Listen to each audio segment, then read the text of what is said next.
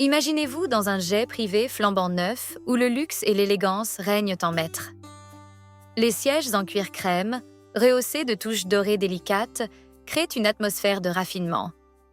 Des tapis moelleux amortissent le moindre bruit, et un parfum subtil flotte dans l'air, mêlé au chuchotement feutré des passagers vêtus de tenues de créateurs. C'est dans ce cadre prestigieux que Monica Ice fait son entrée, un air assuré sur le visage. Vêtue d'un tailleur bordeaux qui sublime sa peau éclatante, elle se déplace avec grâce, ses escarpins émettant un léger écho sur le sol. Un sac Hermès pend à son bras, attirant les regards curieux de ceux qui l'entourent. Pour certains, sa présence semble détonner dans cet environnement exclusif. Mais Monica reste imperturbable. Elle s'installe à son siège près du hublot, sort son téléphone et attend le décollage, sereine. Soudain, une voix interrompt sa tranquillité. Tracy, l'hôtesse de l'air au sourire professionnel mais glacial, s'approche.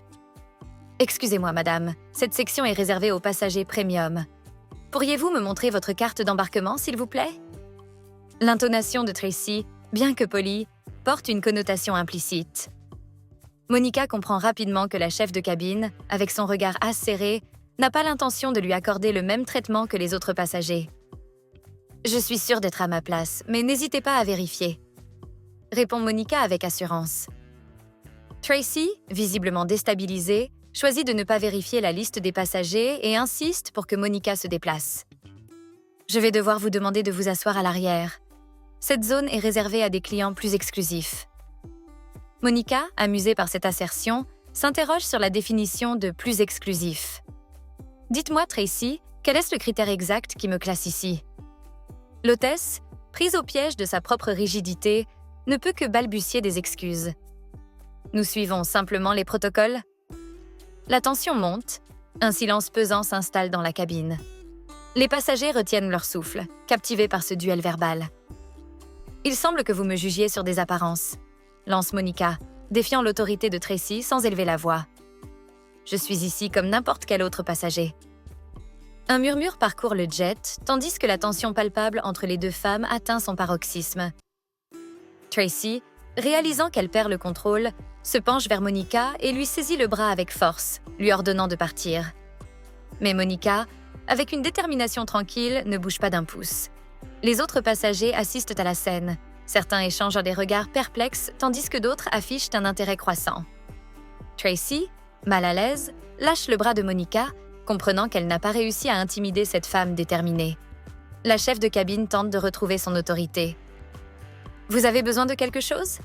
demande Monica, son ton désinvolte contrastant avec l'intensité de la situation. Tracy, vexée, lui rappelle qu'elle doit respecter l'équipage, mais Monica ne se laisse pas faire. « Et vous, commencez donc par assurer le confort de tous les passagers, y compris le mien ?» réplique-t-elle, son calme désarmant l'hôtesse. Nathalie, une jeune hôtesse observant la scène, sent une boule se former dans son estomac. Contrairement à Tracy, elle sait que cette confrontation est mal gérée, mais elle se sent impuissante. Peut-être qu'il serait mieux de... commence-t-elle, mais Tracy la coupe sèchement, fustigeant son intervention. La tension dans la cabine devient palpable alors que Tracy, frustrée, décide d'ignorer Monica en servant les autres passagers. Monica, imperturbable, attend patiemment son tour. Une fois tous les passagers servis, elle interpelle Tracy. « Pourriez-vous me passer un verre d'eau, s'il vous plaît ?» Tracy, feignant l'enthousiasme, lui répond avec un sourire forcé. Elle se dirige vers la cuisine, remplit un verre d'eau et revient avec une lenteur calculée. Mais au moment de remettre le verre à Monica, un mouvement imprévu fait tomber le contenu sur elle. L'eau éclabousse le pantalon de Monica et un silence choqué s'installe dans la cabine.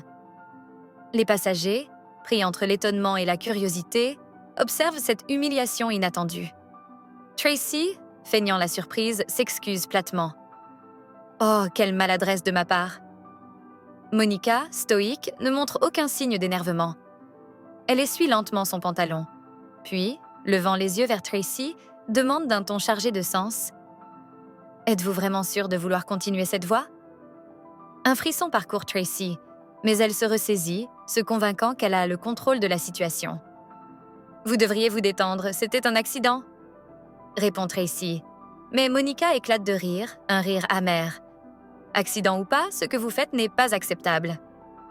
À ce moment, la tension atteint un niveau insupportable pour Tracy. Elle lève la main et, sans réfléchir, gifle Monica.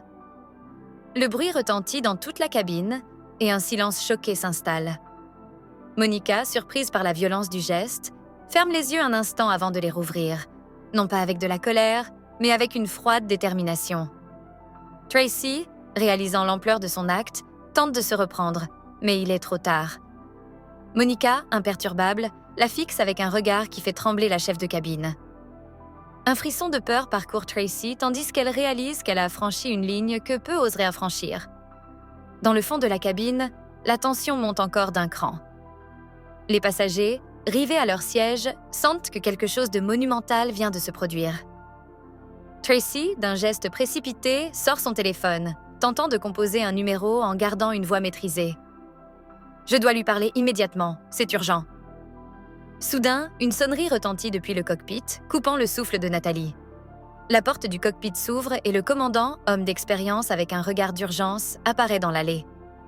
Tracy, nerveuse, ajuste son uniforme, consciente que la situation échappe à tout contrôle. Le vol qui devait être un moment de détente s'est transformé en une scène de confrontation, laissant les passagers en haleine, attendant avec impatience le dénouement de ce drame inattendu. Qui gagnera ce face-à-face entre le pouvoir et la dignité, entre l'autorité et l'injustice?